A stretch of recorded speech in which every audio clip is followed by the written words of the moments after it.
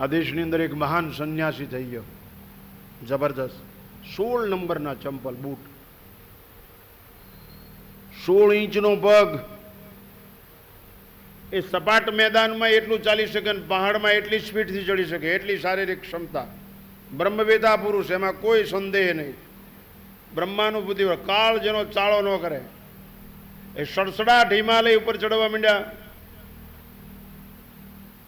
બદ્રી કેદાર વટી ગયા. માના પહોંચવાની તૈયારી. રસ્તામાં એક વ્યક્તિ ફ્રૂટનું ટોપલું લઈને ઉભો રહ્યો. જંગલના માણસો આમ ઘાસમાંથી બનાવેલી ટોપલીમાં, અને અંદર જંગલમાંથી વીણેલા ફ્રૂટ, ફળ, ફૂલ, આ બધું.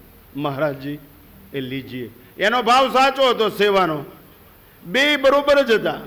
महाराज जी ये ले जाइए आप. बोले क्यों? आगे काम आएगा आपको. अच्छा, अब तक जिसने ख्याल रखा है